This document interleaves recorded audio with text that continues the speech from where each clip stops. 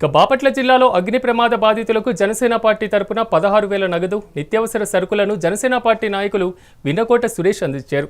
ఇక గణపవరం పంచాయతీ పరిధిలోని ఊర్లమ్మ ఎస్టీ కాలనీలో శుక్రవారం ప్రమాదవశాత్తు నక్క కోటయ్య ఊర్లమ్మ దంపతులు గృహం దగ్ధమైంది.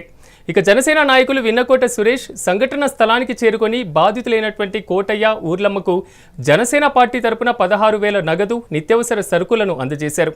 అనంతరం నిరుపేద గిరిజనులైన నక్క కోటయ్య ఊర్లమ్మ దంపతులను ప్రభుత్వంతో పాటు స్వచ్ఛంద సంస్థలు ఆదుకోవాలని సురేష్ కోరారు.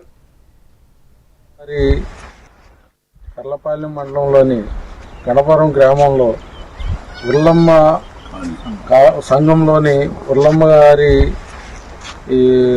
పూరిళ్ళు ప్రమాదవశాత్తు దగ్ధమైంది. మాకు ఇక్కడ జనసైనికులు ఇన్ఫర్మేషన్ ఇస్తే జనసేన పార్టీ తరఫున వారికి నిత్యావసర వస్తువులు కొంత నగదు అందజేయడం జరిగినది.